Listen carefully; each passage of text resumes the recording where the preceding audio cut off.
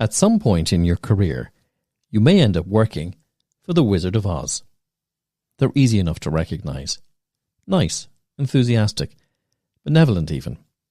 But when you pull back the curtain, all is revealed. The mythology of the famous 1930s film sees Dorothy and her companions off along the yellow brick road in search of the great and powerful leader, the Wizard. Only to find he's just an ordinary person using smoke and mirrors to create greatness, and all along the solutions to the problems of the four adventurers lay within themselves. In many organizations, from multinationals to academia and beyond, there are wizards too. They're promoted to the lofty ranks through increments, length of service, historic successes, or even through excellent self-promotion and PR. Anyone remember the Peter Principle? It's not clear just how much Dr. Lawrence J. Peter was joking in 1968 when he published the Peter Principle. Look around where you work, he said, and pick out the people who've reached their level of incompetence. You'll see that in every hierarchy. The cream rises until it sours, he suggests. Now, the concept's a bit funny. The reality, though, for those unfortunate enough to run into it, is not. Dr. Peter suggested that people in an organisation tend to rise to their level of incompetence.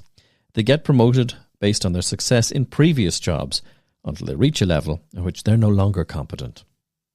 He went on to say that if you found yourself led by genuine, inspirational people, keep in mind it's a somewhat rare and fragile state, not to be taken for granted.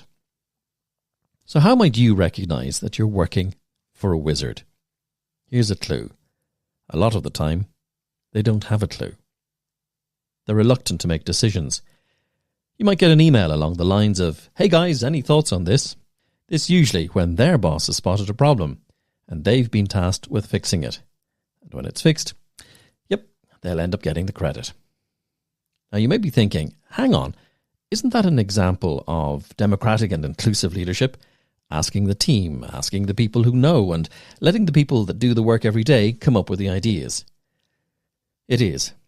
But sometimes, leaders have to lead.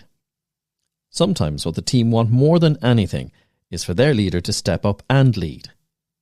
There's a lot of indecisive leaders because they can't make decisions or because they simply don't know what to do. Leadership theory suggests that there are 6 types of leaders: commanding, visionary, pace-setting, affiliative, coaching, and democratic. Each style has its advantages, and good leaders are reasonably skilled in all 6. Weaker leaders are more likely to have access to and use only 1 or 2 of those styles. Their leadership is not always authentic. It's often role play, and it's frustrating to be on the receiving end. When the going gets tough, leaders start leading. They tell us what they want. They share a vision. They say if they don't know. And you know what? It doesn't scare us. Collaborative leadership is excellent, but in a crisis, leaders have to provide direction.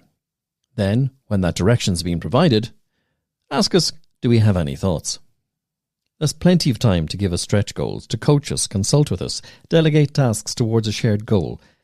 But sometimes we need to know where we're going and what you need, and then we'll step up to the task. Maybe your manager is the exception that proves the rule.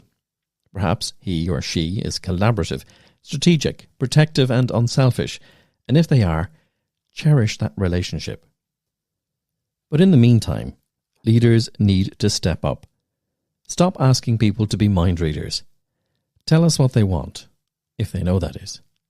Once that's been established, they might be astonished how the team will step up.